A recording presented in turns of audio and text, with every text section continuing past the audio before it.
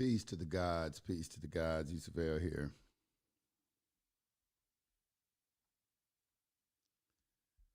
How's everybody doing? I'm going to kind of let everybody get in. Today I want to have some discussions about jurisdiction.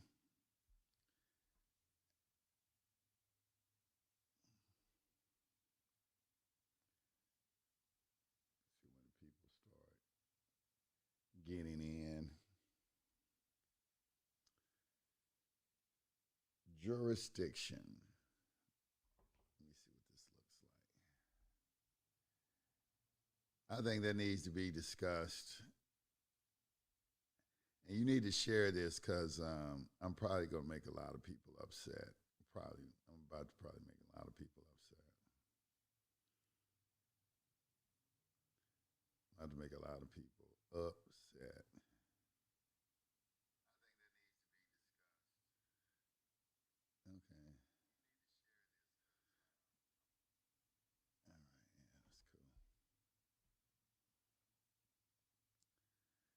cool. Peace, peace. What's up? What's up? I say, hey, finally, y'all hit the like button as you come in to help my the algorithm. Cause it looked like YouTube is. Yeah, it was. Yeah, it was. It wasn't a. I wouldn't call her. Well, she was a friend. I'll say she was a friend. She was somebody's mother that I was close to, and I really, just knew her over the years, and she passed away. What's going on? The topic today is jurisdiction. I want to talk about jurisdiction because, this right to travel thing, and I'm gonna start off by saying that a lot of the things that we were taught in this space was just wrong. When I'm a person, I really, really read the law. I study the law. I just don't give lip service to it. I'm constantly looking up words because I teach classes. So I have to make sure that I'm competent in what I'm doing, for my students in class. So I'm always reading, studying, reading law reviews, reading cases, reading articles, reading, whatever, books.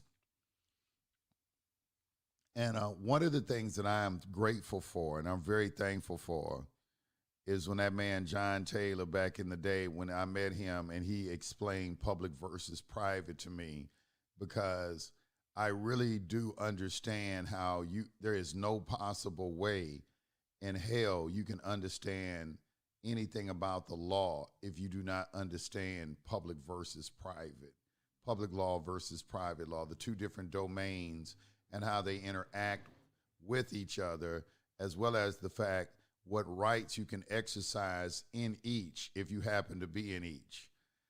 And so when I want to talk about jurisdiction today, I'm going to start by saying that a lot of the foundation that the Patriot movement was built upon, some of it, not all of it, some of it was incorrect. As far as, I'm not even know if I can say that it's incorrect. It's just that I remember when I first got into this, people weren't trying to challenge jurisdiction and do all that all the time. Everybody was into what is called acceptance for value when I first came in. And the theory behind acceptance for value is that you get more through with no friction. Challenging is friction. And also, you're the person who puts yourself in the situation in the first particular situation. You did it to yourself while you're in this situation that you're trying to take care of. You attracted it to yourself. And the only way to resolve it is to accept it. And then it was also in harmony with a verse out of the Bible in Matthew 5:25, where it says, agree with thy adversary while you're on the way to court with him, lest the adversary hand you over to the judge hand you over to the bailiff, and the bailiff cast you into prison. I tell you, you will not come out until you paid the very last penny. You know, that was written 2,000 years ago in the Bible, where Jesus is admonishing you when you're on your way to court to make sure you already have your agreements in place before you ever even get into the courtroom. And that's the reason why you do the administrative process, is to secure stipulations on the parties on the facts of a case, because you never want to argue facts, is my point. And you never wanted to get into any argument in the courts. You know, and so in doing this a very long time, you know, I've watched different iterations of this movement and processes. How, you know, like, okay, when you've been in this space for a long time, you can see how something started and then see where it's at right now. Like, for instance, when everybody started using the money orders, you know, converting the voucher of a money order to pay a bill with, they say you can take the bill because that, you know, that's the voucher. They have to provide you with a way of payment because there isn't any money. So they provide the method of payment as a voucher that is attached to your bill. You convert that into a negotiable instrument, and then you can use that to pay your bills with. Well, that process came from a guy who popped up on the scene. His name was Douglas Riddle. And when he pop up on the scene, he had a whole process with it that you had to send them to the Criminal Investigation Division of the IRS in Ogden, Utah, and there were 2 other IRS campuses you could send it to. So, and people were getting some success for a short period of time with that particular process. I remember, matter of fact, there was some information came, that's where the first information came to me about the IRS employee manual. Look at the employee manual, you'll find things. But the thing is that today you'll see that nobody mentions Douglas Riddle, nobody mentions his process. They'll just say you can pay your bills with the voucher of a money order, but not really understand the process that went behind it. You know, the same thing with the passport. You know, the passport thing, I'm kind of responsible for that, for putting that video from Copper Moonshine Steels on the internet. But the only reason I put it on the internet, it wasn't because I was trying to promote a passport process. It was because Copper Moonshine Steels has been on the internet a very long time. And so I've always been doing research, because I used to do a foreclosure defense years ago, and I would always come across his website. And so I come across his website, so I was very familiar with his process. Then I seen some guys, they were selling the process for $2,000. And I was like, why are these dudes selling this shit for $2,000? I said, damn, it's right over here on old boy's website. So what I did was I said, I'm just going to copy the website and read it. I'm just going to read it. I mean, if you go and watch the video right now, it's just me reading his website word for word. I didn't even add any of my own commentary into it or anything like that. It was just, you know, to let people know, like, here's the process that they trying to get you to pay for. And man, that thing blew up. It got so many views. You know, I think that's probably one of the biggest performing videos I've ever, well, no, I've had some others that eclipse it, but during that time, it definitely was the biggest video I had at the time. And I was like, wow. So, and then birth certificate authentication as well. You know, when you look and see where those processes started at, and you see where they are today, you see how things change, how things get misconstrued, and then the misconstruction will tend to keep passing along as the years go along, and nobody knows where it got off base at, off track at. Somebody will come along who doesn't understand the process, misinterpret the process, and then that misinterpretation will catch fire, and it'll start spreading, and it'll be very hard to put the fire out. And that's why you really have to do your own research in this space. You really do, especially if you're the kind of person that knows how to do research. You have some very good comprehension in reading words and grammar and things of that nature. You know, this is going to be right up your alley. You're not going to be as susceptible to deceit. And then you'll also be readily able to identify individuals that don't have good comprehension skills. And trust me, this space is replete with individuals like that. that do not have very good comprehension skills. You will see, and it's not me being arrogant, it's just the truth, and it has to be said, and they're standing in front of audiences and posturing themselves as if they are authorities, and they are not. And the reason that you can't see that is because you haven't taken the time to really understand the information for yourself without somebody else's influence over you trying to tell you what something means. Instead of exploring the law, start with the law. Start with the understanding of the law, like with statutes. Yeah, understand what a statute is and what its proper function is. It has a proper function within a particular space. A statute does. It's not unconstitutional or anything like that. They received a delegation of authority. The administrative agencies, they enforce the statutes through something called delegation of powers doctrine. Okay, so when you study the architecture of what it is that they put together, they do everything right. I remember another guru said that years ago. He said that the government does everything right. They do everything right. You need to stop looking for things that they've done wrong, because they do follow procedure and they do things right. Now, do they obfuscate? Are there corrupt people within the system? Are there liars and things? Of course, they're human beings. Of course there are. I've been in the system. I know that for a fact. I know they're hiding things. I know that they will lie. I know that they can be deceitful. I know all those things. However, that does not excuse the fact that you have a responsibility to understand what the law truly states and what the purpose for everything in their framework, what it truly serves. And you got to understand that still, especially if you're looking to be effective. If you're looking to be effective. We've been taught things like this word person. Like person is a bad word. I'm not that person. And the person is the origin of the straw man, what they call the straw man. So that word has a very, very prominent place within the sovereign movement or the patriot movement or whatever you want, private rights, however you want to classify this. That has a very prominent place in this space. But, I'm so thankful to have an AI to assist me in doing my research, because when I got the AI and I found that I had the capability of really diving deep into the law at a speed, man, it opened up a lot of doors. And a lot of things that I started to see, like the framework of the law that operates from person to capacity, to classification, to rights and duties. That framework was set in place by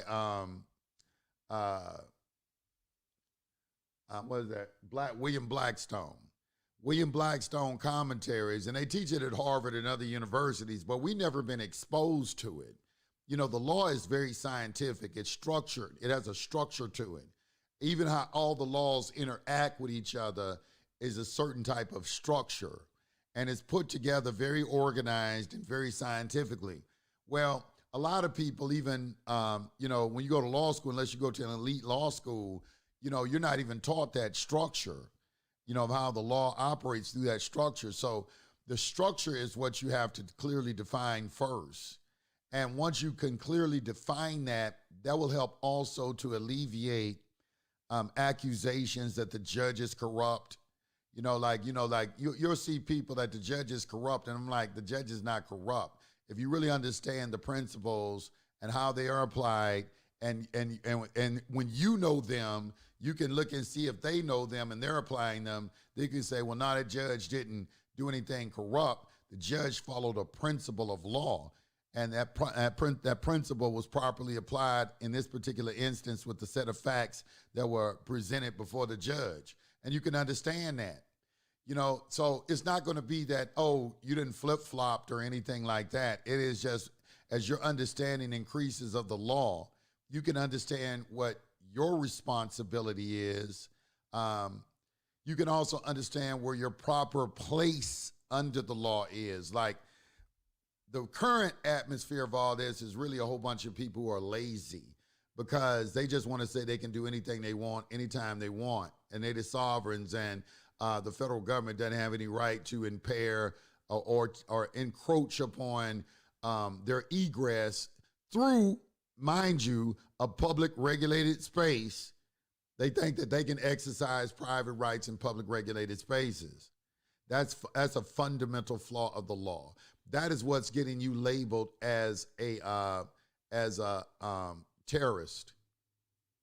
That's what's getting you labeled as terrorist. That right there. That's not how the law operates. The people who initiated that maybe 30 years ago, they didn't understand the law because that's not proper. It invokes a lot of anger from people because they think that they have a right which they do not have. And so it creates a lot of animosity and hatred. It evokes that. And that's something also that you really do not want in a political movement, nor in a damn sure not in the legal arena, is a lot of anger. Anger is not going to serve you at all in this arena. It's not going to serve you at all in this arena. You have to have a calm, even-keeled head. You got to be thinking at all times of the moves you're going to make. It's just like a game of chess. You don't play a game of chess emotionally. Game of chess is not played emotion. You don't see nobody playing chess with a lot of emotions.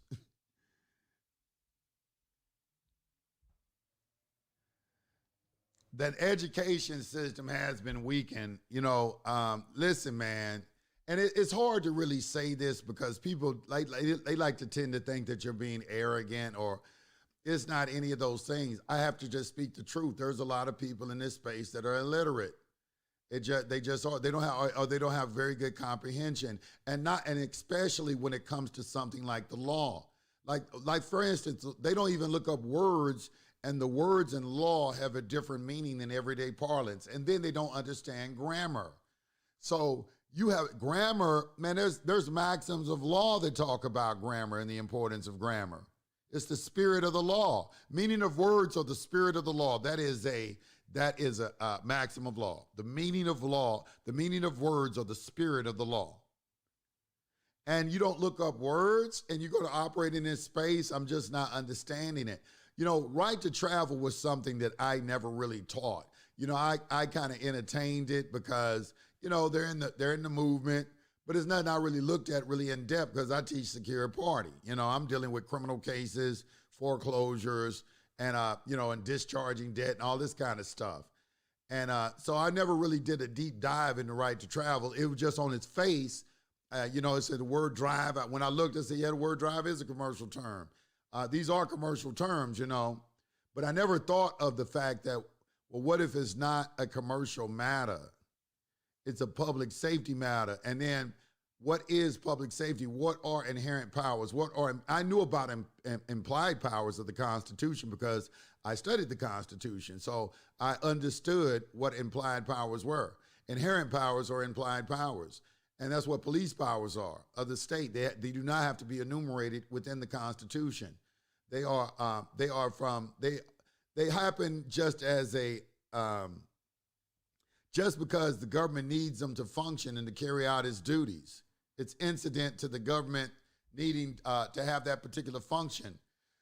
So when you study that and then you start piecing together the things that you've already studied and you understand, and then ChatGPT kind of pulls everything together for you because it's like a puzzle and you've been putting the puzzle together and you have a lot of the pieces to the puzzle. And then ChatGPT just comes in and gives you the other pieces to the puzzle. That's not depending on ChatGPT. That's an understanding of how to utilize ChatGPT. For instance, I'll say it again, you're trying to discover the civil nature of, the court system, whether it's admiralty. You're saying admiralty, but really what it is you want to know is it civil? Because the jurisdiction of the admiralty is civil in nature, which means it's about money. It's about money in some fashion. All right, so that's what you're really trying to find out. But you'll go in and say, well, this is a military court, this is an admiralty court, all of which makes you sound crazy for saying that. However, we know that it's not operating under the common law. They will freely admit that. Okay. And then when you press them, they'll say a statutory jurisdiction, something that's not enumerated under the Constitution. All right. So what is it? What is this statutory jurisdiction?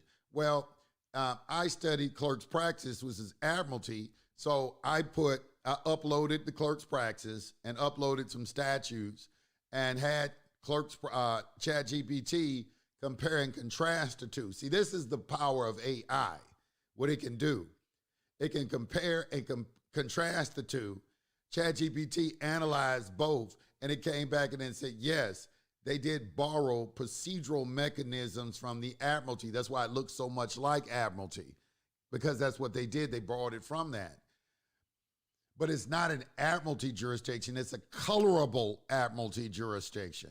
And that's why I knew to look for that, because I understood what colorable meant. What a colorable jurisdiction. We always say that word, but everybody who tries to do that little speech in court, they leave that part out. You know, they don't, because they don't fully understand what they're saying, and they don't fully understand what they're trying to accomplish when they go into court, when they try to use these scripts. You know, they're really just in their mindset, I'm just trying to show that you don't have jurisdiction over me. And that's not the object of going in and discovering the jurisdiction. It never was like that. When you in the acceptance for value days, it was to honor the court. There's a word called acceptance for honor. Acceptance for honor.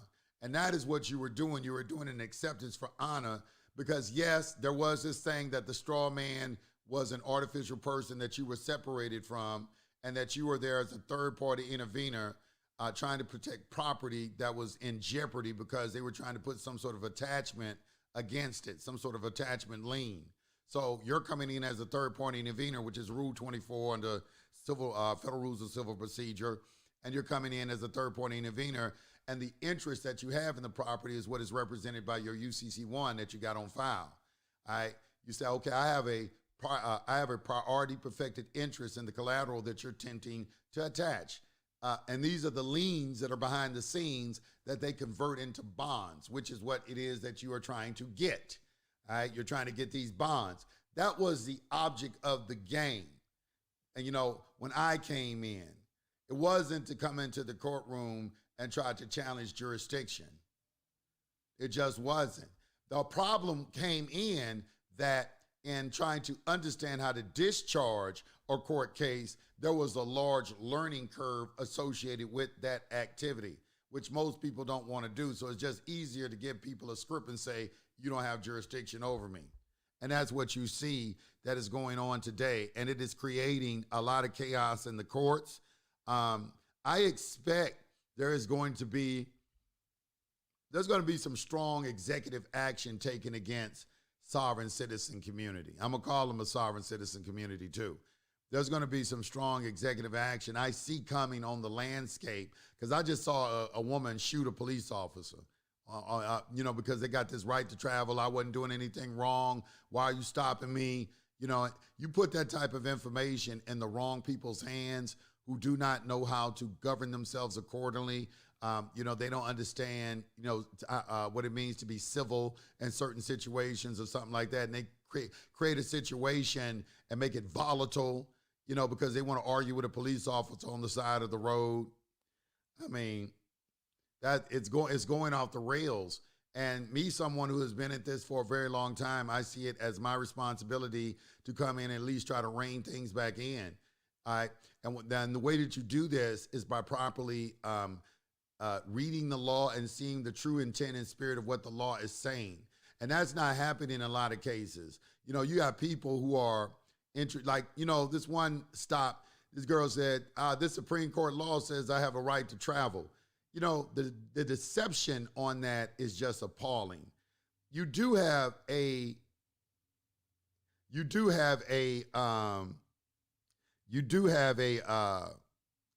right. You do have a right to travel. You do have a right to travel. That is true. However, that's a qualified right when it comes to operating a 6,000-pound piece of metal up and down the highway that has the possibility of killing someone. It's going to fall under what is called public safety. Public safety is something that you have to respect. All right, because that is one of the constitutional duties of the government is to protect your property, protect your liberty, and protect your borders.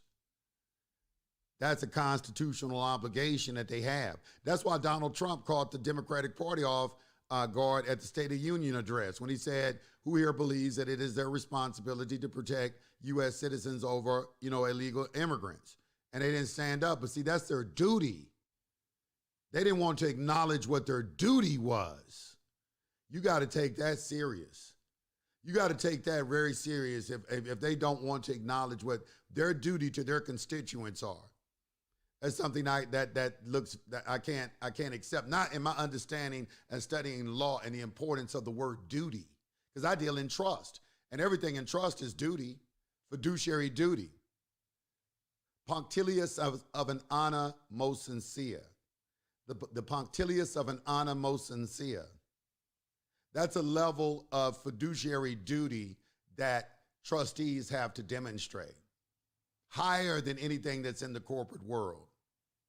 The punctilious of an honor most sincere. Write that word down, because that word right there embodies the true definition of what fiduciary duty is.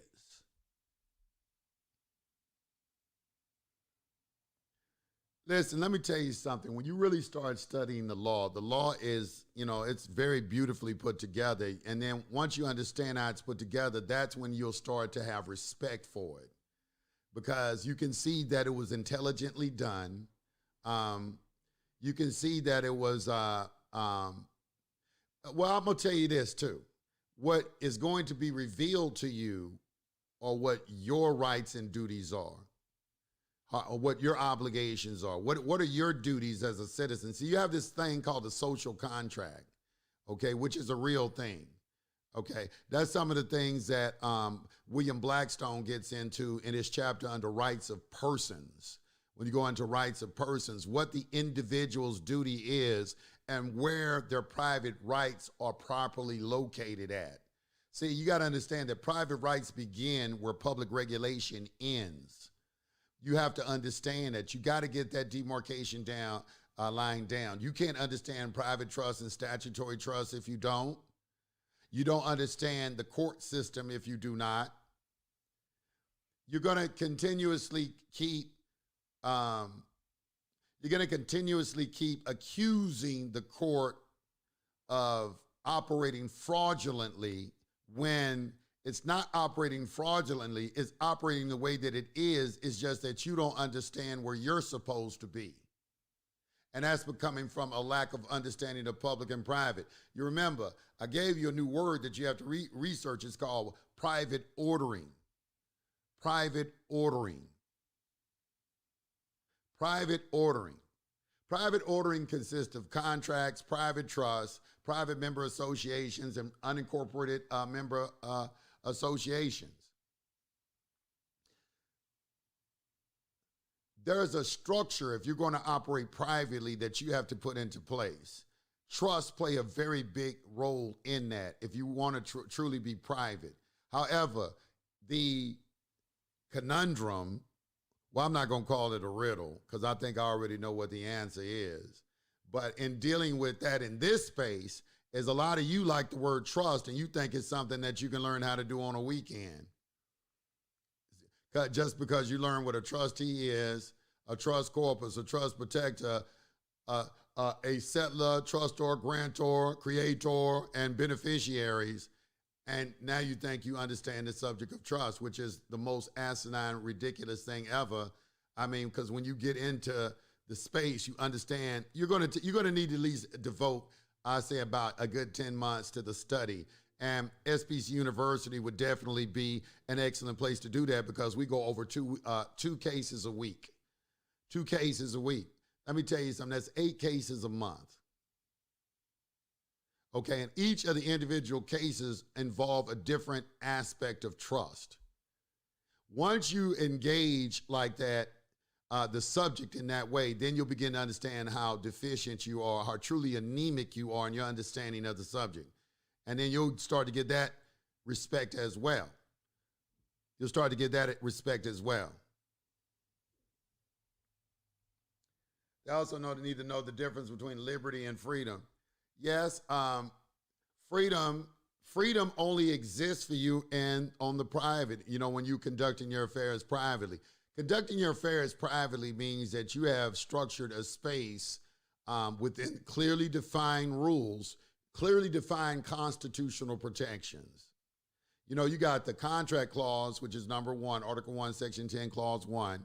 Then you have the due process clause. Then you have the freedom of association clause. And there's 2 others in there, but it's like 5 clauses in the Constitution that protect privacy. Okay.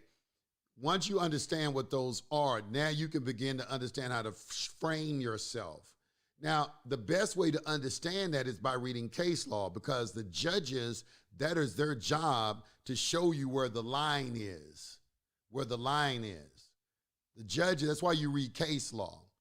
The judges love to teach you where the line is, where the demarcation line, where public regulation ends and where private rights begin. The judges are going to show you that, especially the Supreme Court judges, because that's their job. They are the defenders of the private. They're there to put a restraint on government to make sure they stay within the ambit of their delegated authority. That's their job, all right? So wouldn't it behoove you to at least read the case law and see what they are saying and what they're talking about? I'm telling you, it's a truly liberating experience when you really begin to understand what the law is. And it's not what many of you are out there talking about every time something that you don't have jurisdiction over me comes out of your mouth. You don't understand the law. All you're doing is saying that you don't understand jurisdiction. You don't understand jurisdiction, how it attaches and how it functions. Stare decisis just simply means to stand by things decided. It's case law, controlling authorities. They claim to protect, convenient their false claim of protecting, they use it to extort revenue. No, they don't. Let me tell you something. Everything in the public is monetized. This is true. Everything in the public is monetized. Okay, however, that's called a public regulatory space. You have to follow. Let me ask y'all a question. What's so hard about following the law? What's so hard about driving the speed limit? What is so hard about doing everything in the proper sequence that it needs to be done? Why is it that there are so many people in this space trying to look for a way to get around something or get out of something or to get, it's like you're looking for that type of thinking is an underworld thinking. It's like when you're in the criminal spaces, that's how they think. I know, you're thinking you're constantly in that space. That's an issue. That's some of the problem that are plaguing some of you is because of the way that you think. You're approaching this and constantly looking for a way to try to maneuver some type of way to try to avoid process.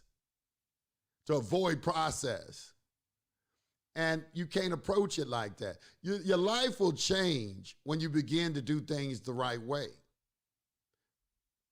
When you begin to do things the right way. Let me tell you this is also going to help you on tax issues because we have a tax protester movement out there. I've talked to a lot of them.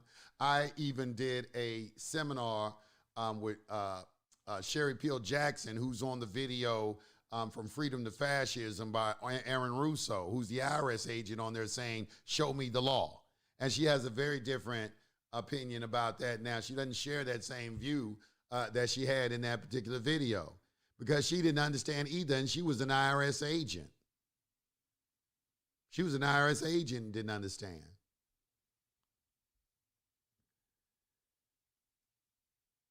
We don't need regulated to be honorable to the people. Yet, listen, yes, you do. Regulation is for public. If you don't want to be regulated, see, this is what I'm saying. I just gave you a word, private ordering. It seems like everybody in the chat, just by pulling that word up and reading the definition, would instantly understand what I'm talking about. Because the definition is saying it's a space designed for people who do not want to operate under public regulation. All right. Now, This is what he just told. Now, he said we don't have to be regulated. See, he wants to be, he's not really truly interested in what the law says. He just wants to be, somebody that's fighting the good cause, or he thinks he's fighting the good cause. It's not really an interest in knowing the truth or really what the law is. A lot of these people are not interested in the truth. And you got to be careful of that, because when you're not interested in the truth, you become susceptible to infiltration, because you have a cause that you truly think or you believe in that you think is righteous, and now you can get infiltrated by individuals who they have a different agenda, but now you can be used by them to achieve that agenda because you've already demonstrated a willingness to operate in an ignorant space. You ignorant. You ain't trying to educate yourself, and you operating fully off of emotions.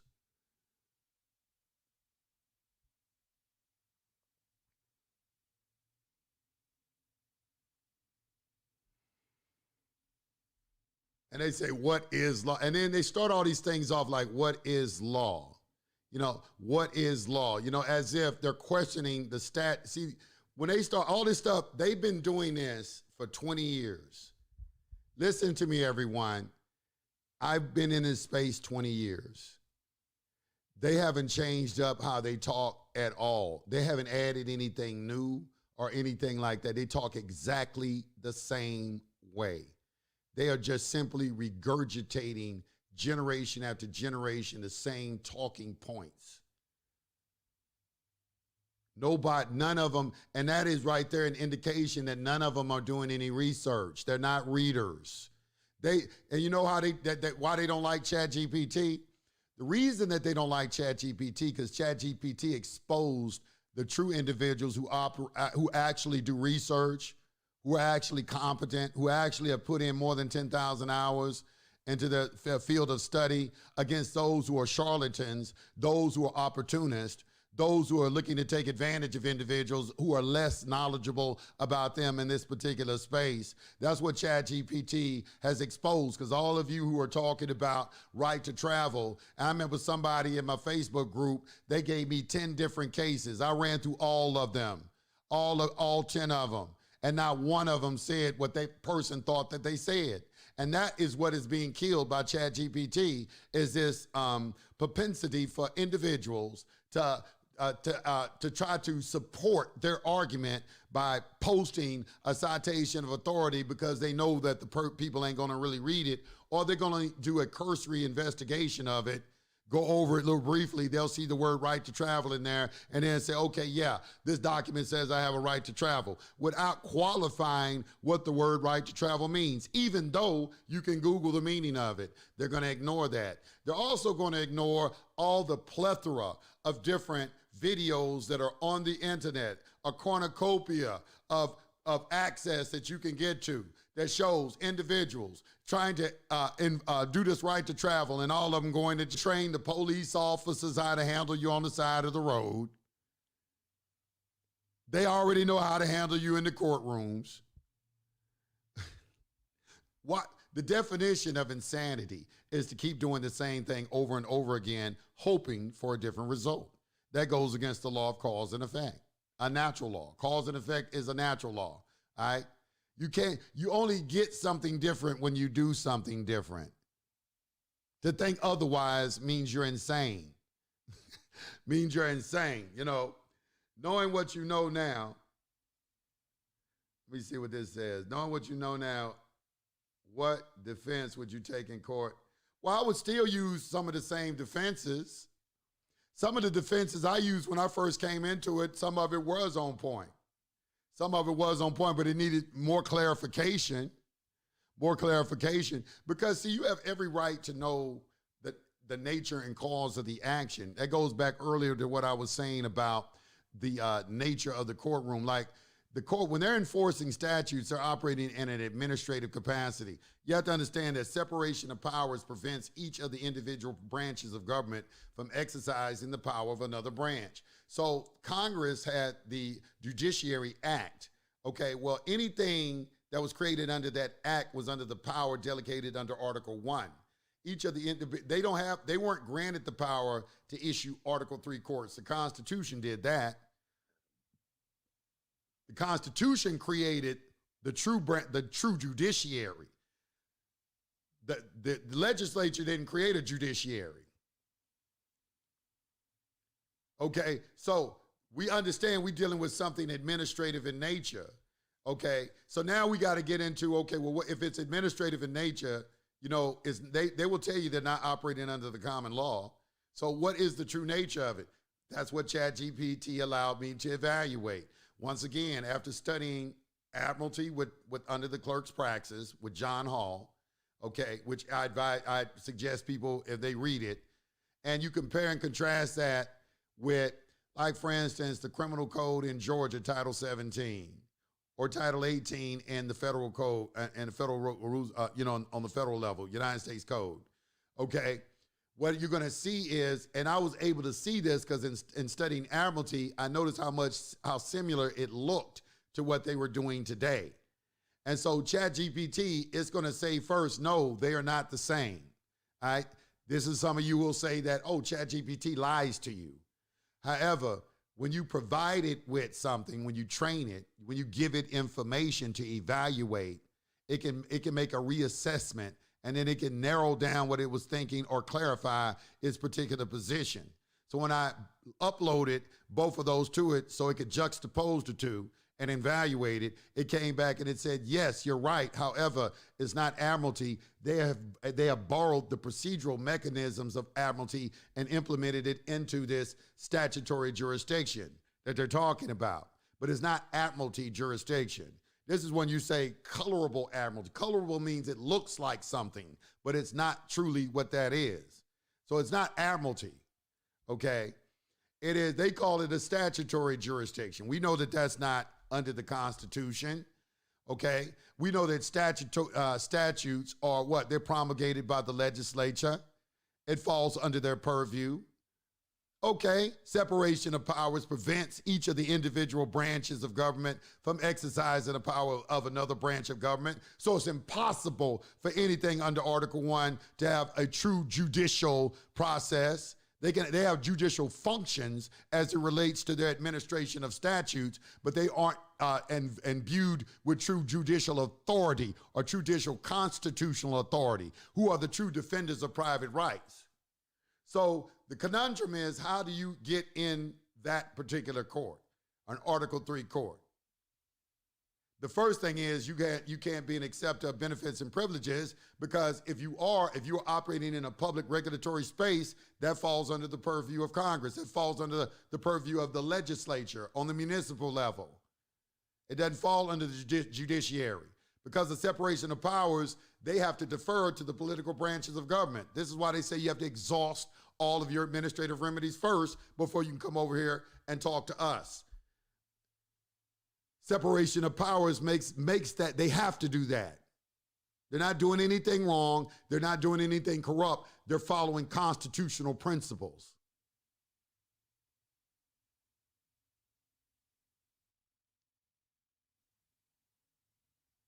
Is there anything everything under the legislature is there for compliance?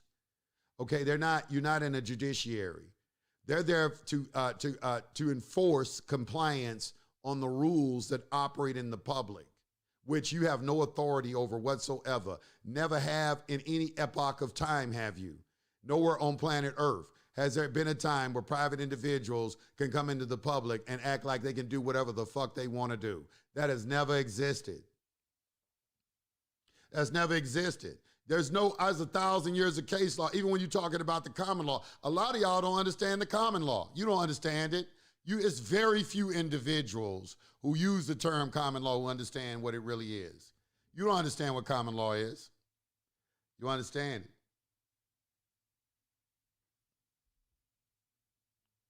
Check. Talking about you can't hear. Okay. All right, that might be a little better. How's that? That better?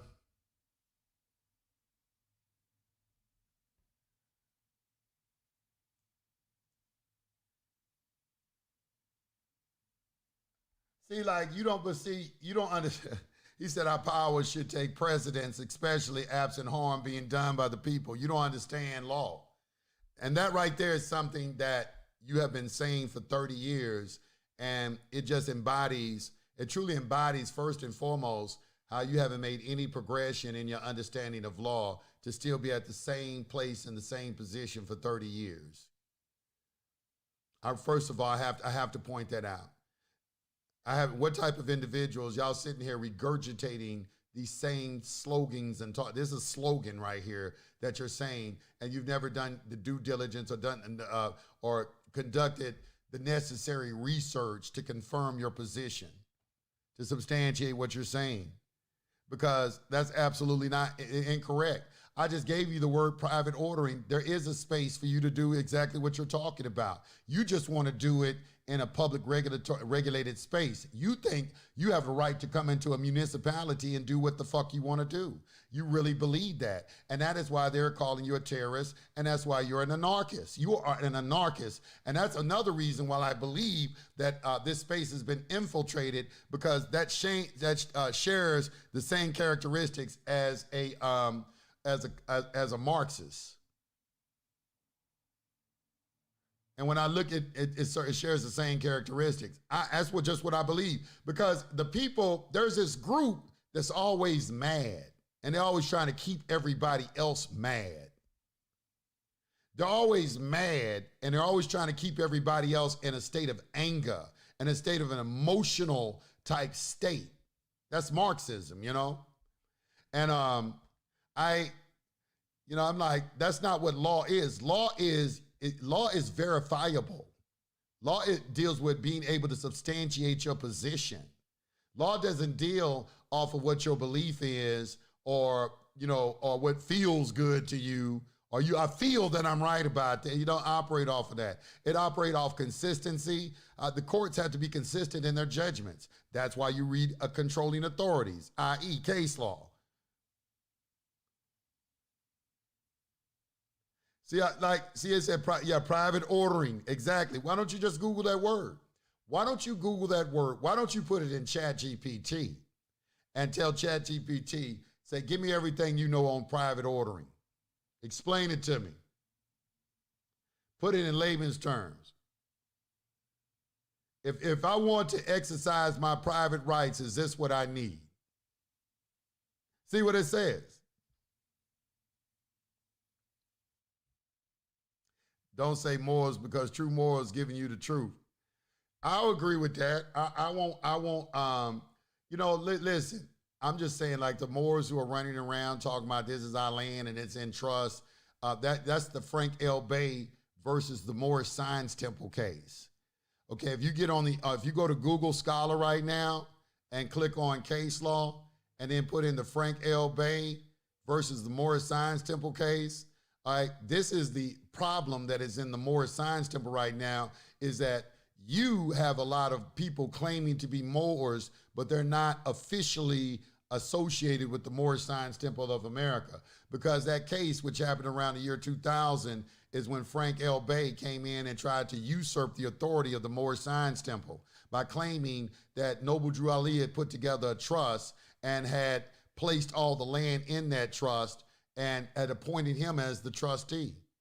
When they presented the evidence in court, it was just ridiculous. Frank L. Bay won the case, but the reason he won the case was because the Moorish Science Temple couldn't identify an injury. So they hadn't identified an injury, so it was failure to state a claim upon which relief could be granted. And so he went back to his members acting like he really did win in court. Because nobody reads case law. None of y'all read case law. Y'all don't read it. Y'all just say he won. But when you read the case, they have some of the transcript from the case in the footer, down in the footer, where he's talking about, you saying Noble Drew Ali, who died 70 years ago, he appointed you trustee? He said, yeah. When you really take the time to investigate who you following and what you are following. See, I already been a part of organizations in the 90s. So I already understand how they function, how they operate, and how you can be brainwashed into believing into this cult-like type of group think and really believe like that you're not involved in that. Really believe that you're right in every particular instance. But if you would make this a part of your life, make learning a continual process, a continual understanding that you're either growing or dying. And every day you should be looking to learn something new, and you should be open to things, because it might help you and lead you just to get some sort of clarification on your position or whatever it is that you claim to believe in. But I will tell you this, there's only one power in the universe. You can classify them as you want, God, Jehovah, Allah, whatever you want to call them. But there is one power in the universe. And a lot of this surrounds an understanding of that, because I'll tell you why. When you talk about equity is fairness, impartiality, and even-handed dealing. In your Bible, it says that God judges the people with equity. In studying this subject, I really understand the meaning of that now, because equity is governed by principles, and all the principles are there to ensure that there is fairness, impartiality, and even-handed dealing. Everything about equity is about fairness. This is why to come into equity, you have to come in with clean hands and in good faith. You have to do equity in order to get equity. Okay, these are principles of equity. And once you understand them, you begin to understand how do you govern your life, how you govern your business affairs, you govern your interaction with your fellow man, how you govern yourself accordingly, according to these equitable principles. Once you begin to understand and you say, okay, I understand how society is set up now, how I'm supposed to operate in society, what my function, what my role in society truly is, where freedom can truly be located at. Rather than relying on government regulation or public law, it often utilizes informal reputation-based sanctions to enforce agreements. Not just, why would you give just a partial definition of it? Oh, no, you put it in two parts. Okay. Private ordering is a legal and economic concept where individuals or groups create their own rules, contracts, and dispute resolution systems to govern behavior. Rather than relying on government regulation or public law, it often utilizes informal, reputation-based sanctions to enforce agreements. And yes, it's a society, essentially. No different than the Masons, all these different, what you call these secret societies. That's all they are. They're just private member associations. And they operate through contract. See, the contract clause is where your protections are. When you operate through a private trust, all business is conducted through contracts. All business is conducted through contracts, because that is what protects you. That's how you maintain control, because the contract clause in the Constitution states that they can make no law that will impair the obligation of contracts. However, you need to understand that you can't write anything in your contract that violates a public law or a public policy. Likewise, you have to show them respect, and they will show you respect. Public and private does not mix. However, you have people out here that are not showing the public respect. And that is the point of me doing this video today and saying that so many people do not understand jurisdiction. And you got to be very careful of these emotional individuals who try to invoke some sort of emotional response out of you constantly without giving you a clear explanation of their understanding of jurisdiction, utilizing the law.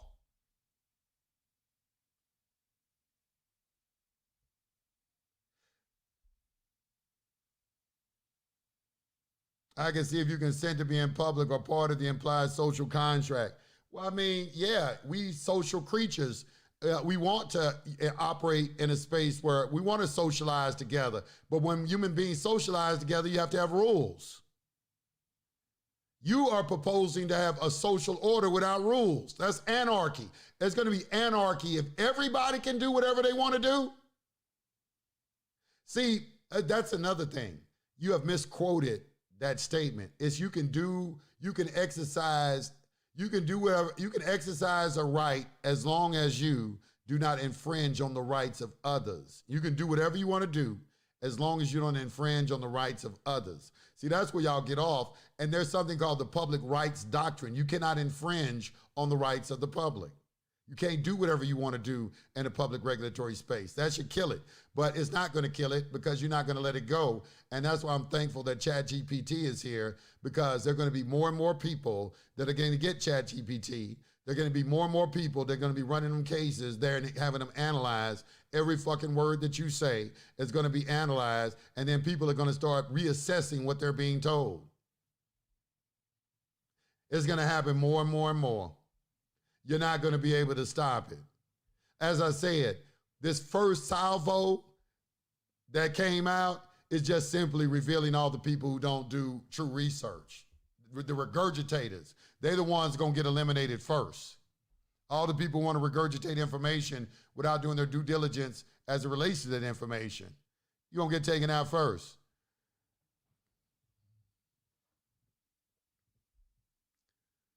But our rights have been infringed since they colonized our native ancestors. See, I can't engage in that right there. Listen, they took it, all right? What you gonna do about it? Nothing. You're gonna keep on complaining about it? What good is it gonna be that they took the land from you? There is a case. It's the John McIntosh. Let me give you the landmark case, all right? I titled it, it's called Title by Conquest. There's a reason I'm giving you this case. It's Johnson and McIntosh, all right? Now, it's a long opinion, but it's a landmark Supreme Court case. I doubt some people will read it because they prefer to just keep complaining about stuff. But I'm going to give you the case so you can't say that you were not told, all right? So I'm putting in the case, I'm putting the link in the chat. Now, I just put that in the chat. That is the case to Johnson versus McIntosh, all right? That's a landmark case. What that case is, it explains, the judge goes through a very long explanation of how the United States got title to all of North America, okay? How they got title to it. And they said we got it in two ways. We either purchased it, like in the Louisiana Purchase, or we took it, all right, through war. We killed people and took it, okay? What I understand with the Moors, what you like to talk about is that, okay, you say, well, you keep saying it's our land, but it's almost like with that Friday type skit where, you know, Debo took the bike and he coming back to get his bike and he said, I took the bike from you. Okay, the United States is not hiding the fact that they took it from you. They acknowledge that. Like, yeah, we took it. We took it, okay? So the only way you're gonna get it, and let me tell you, when you take something, that's an act of war, the judiciary doesn't have any type of jury. You can go to the United Nations, you can do whatever you want to do, but the judiciary don't play no part in that because the declaration of war falls under Congress. That's their delegation of powers. So they took the land, man. They took the land. They took it. Only way you're going to get it back is you got to take it back. So unless you're proposing to go to war, which you are not in any kind of way, in any type of position to go to war with the United States, or even to be speaking about it on a public platform, because they will come get your ass. What are we talking about by bringing that up? What are we talking about? Why y'all keep wanting to bring that up? This pro-black thing, like I'm not pro-black, like I'm not for my people or something like that. I done did the pro-black thing all through the 90s, man. I stood on street corners, passed out books. We not black, we not African black or nothing like that. I did all of that, man. I did that. And y'all still doing the same thing and you haven't achieved anything. You have just like everybody else, you are still at the same spot you were 30 years ago. And you want me to be a part of that? I'd rather create my own organization than be a part of that. No. First of all, when you talk about they claim, listen, man, listen. Please don't go out into the public thinking how they claim jurisdiction on something that's stolen. Listen, you keep functioning the way that you are, you're going to end up in jail. You keep that mindset. I'm just telling you, you're going to get locked up. You're going to get locked up. All right? That's all I'm going to tell you. You can keep that mindset that you want. The only place that it's leading you to is a jail cell and a possible prison term. That's where you're headed. That's the road that you're walking on right now. That's the road you're walking on right now. All right? You talking about they took something, how they claim jurisdiction. Think about that. Sit back and truly think about what you're saying. You know, just meditate on what you're saying. You know, just think about what you're saying.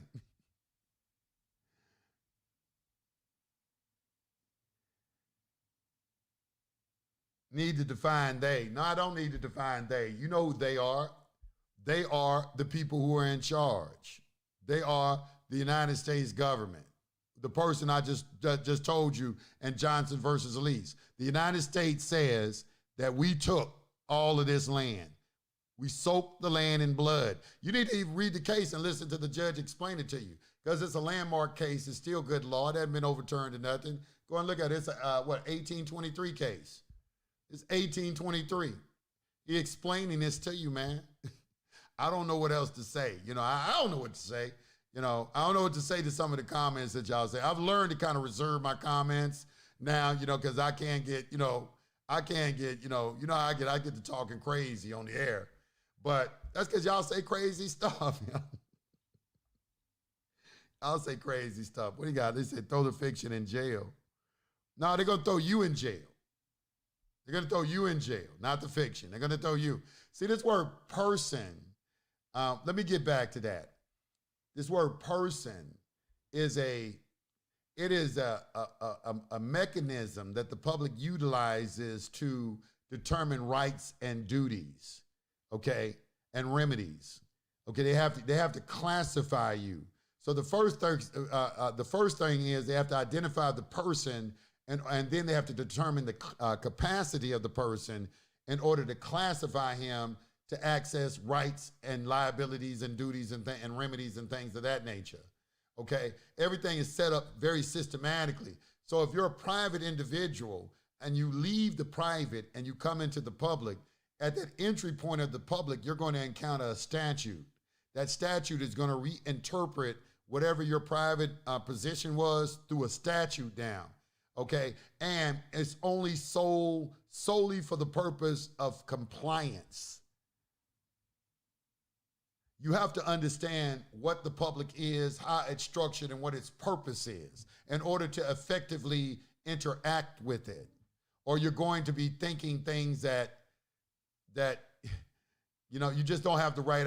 I'm going to tell you what it really is. Really, when you come into the public, you're being looked at as you're some sort of businessman or woman.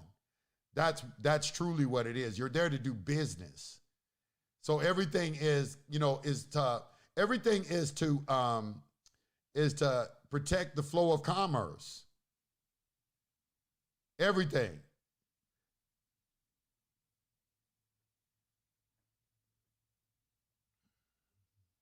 Well, this is a Richard, who is my man? This he talking about what kind of shirt it is. This is about $400 shirt. I don't know what to tell you on that.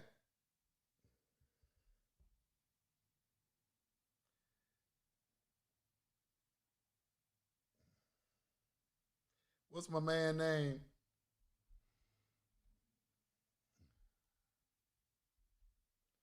You don't like my shirt? I like this shirt. I don't care if you don't like this shirt. I love this shirt. This shirt ain't cheap. He said, I'm in private. I was forced into public by unlawful acts of the police. No, you weren't. No, you weren't. No, you weren't. No, you weren't.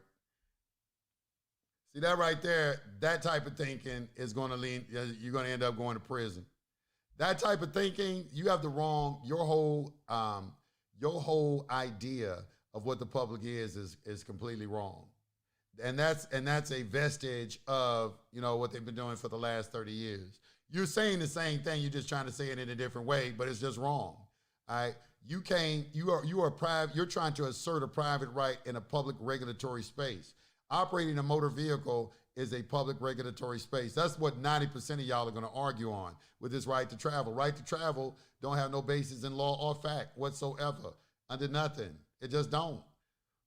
I'm saying it. You know, I read the cases. I understand public versus private. I understand how the law is structured, and that's not you can't exercise a private right in any type of mechanical invention that has the capability of killing another human being. That's going to be already solely under the police powers of the state, and they have the right to regulate that. And you can Google, can you regulate a private right? Y'all can do that right now, but you know what? You're not going to do it. You know why? Because you don't want to read that. You don't want to acknowledge. You can Google that, read it, and still try to figure out a way to say I'm wrong, or in some kind of way I'm an agent or something like that, instead of just accepting the truth of what's being said. You can get a American jurisprudence and read the same thing. It's consistent. And everywhere that I've read, it's been consistent.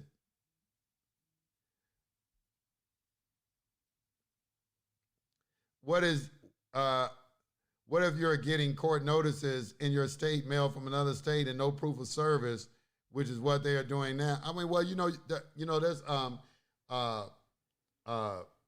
that's a procedural question right there. That goes to procedure. That don't go to anything substantive. That's just procedural. They got to give you notice. And they have to do it in the proper procedural way. If they don't, it's void. The whole matter is void. The regulation does not have to come with asking for permission, aka a license. Yes, it does. If they want to, they can do it. They have the right to do that if they want to. That regulation does. Regulation, they have the discretion to decide if they want something to have a license or not. That falls well within their purview. See, that kind of thinking right there is, you just got the wrong kind of thinking. I'm just telling y'all, you don't study. Notice how none of you are talking about law. Like y'all are making statements, but none of you are saying, like quoting a statute or not even any case law or anything like that. You know why? Because it's not available for you. It's not available for you. It's not available for you. So you're just saying what you feel. You have a right to travel in an automobile. It is regulated. That's right. And that's where they get everyone. Because they say, see, this case says I have a right to travel. It does. But right to travel is not talking about the mode. Travel involves flying in an airplane. Travel involves riding a bicycle. Travel involves riding a motorcycle or a skateboard, or you walking. All right? Travel, when they say right to travel, this is what they mean. They mean the right to go from state to state. Because the people who founded this country, they came from Europe. In Europe, you don't have a right to travel. I just went to Europe. All right? I went from the Netherlands to Germany, down to Switzerland, to Spain, to France, to London, to Greece, to Italy. Everywhere I went, I needed a passport. All right, so here they gave you the right to travel because you can go from state to state without a passport. Every state is really its own country.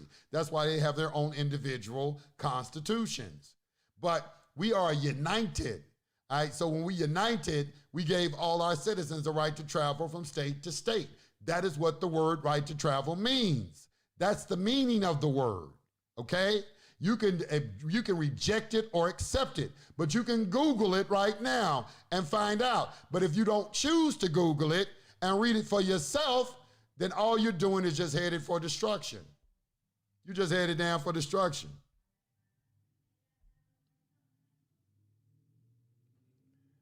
See, like everyone accepts it, they just enforce it. What are you? Are you some sort of what is it? Why do y'all have a problem with the rules? Why is there a problem setting a 75-mile-an-hour speed limit on the highway? What is the problem saying that you need to slow down through school zones? What is the problem requiring you to register? Because the registration, let me tell you what that's for. The registration is so you can pay to use the roads, because the roads need maintenance. So you register your car every year for the maintenance of the roads. It's not free for you to ride. That's not a right for them to build a road for you to drive on. That's not a goddamn right.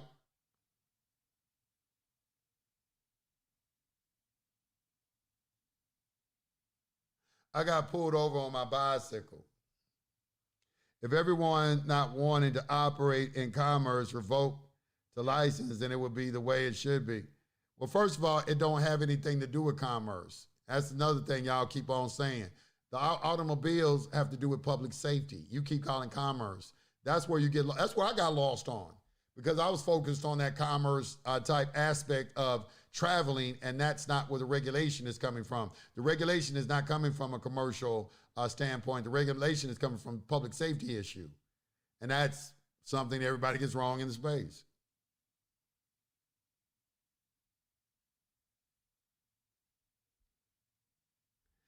Well, it's a contract that you don't have to enter into, but at the same time, then if you don't want to enter into the contract, you can't use the roads. You got to enter, just like anything. Just like if I want to have a monitoring service for my home. Okay, I got to enter into a contract. If I want to enter into a contract, I don't get the service. Ain't nobody making you contract with them. You signing the contract so you can get to use the service.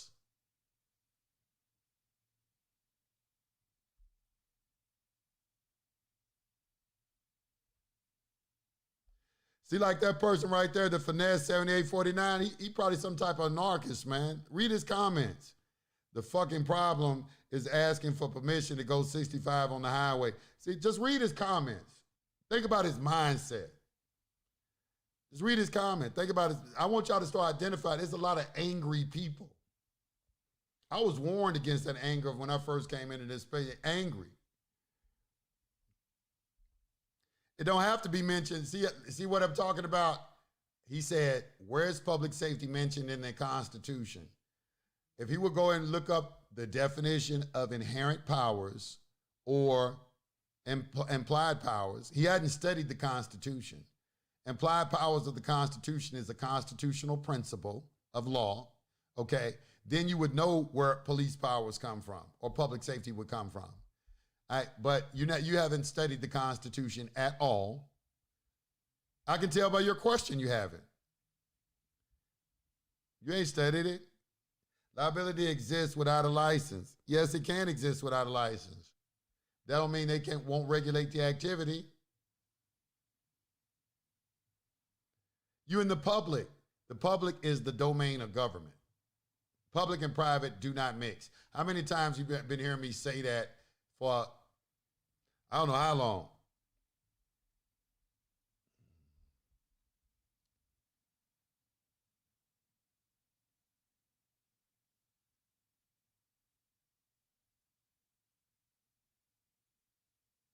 People love to quote a document they were never party to. Okay, well, fine. So you're not a party to it. So you think because you're not a party to it in some kind of way that means you can do whatever you want to do?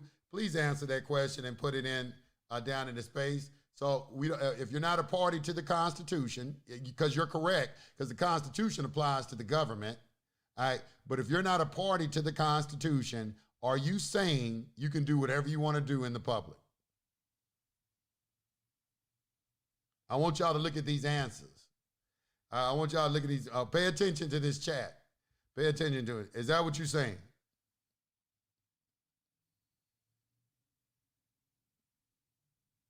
Why don't you just say in the chat, put yes in the chat if you feel like you should be able to do whatever you want to do. Put that in the chat.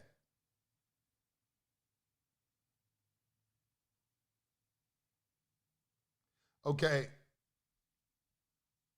Put in the chat if you think you should be able to do whatever you want to do, wherever you're at. Just put it in the chat. Let's just cut through all the surplusage and the verbosity and get down to the brass tacks. Do you think you should be able to do whatever you want to do in the public?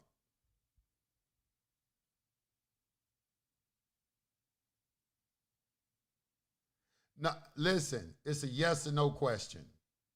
Yes or no. Do you think you have the right to do whatever you want to do in the public? Because you're saying that you don't have jurisdiction over me. If you're saying you don't have jurisdiction over me, okay, so you can do whatever you want to do.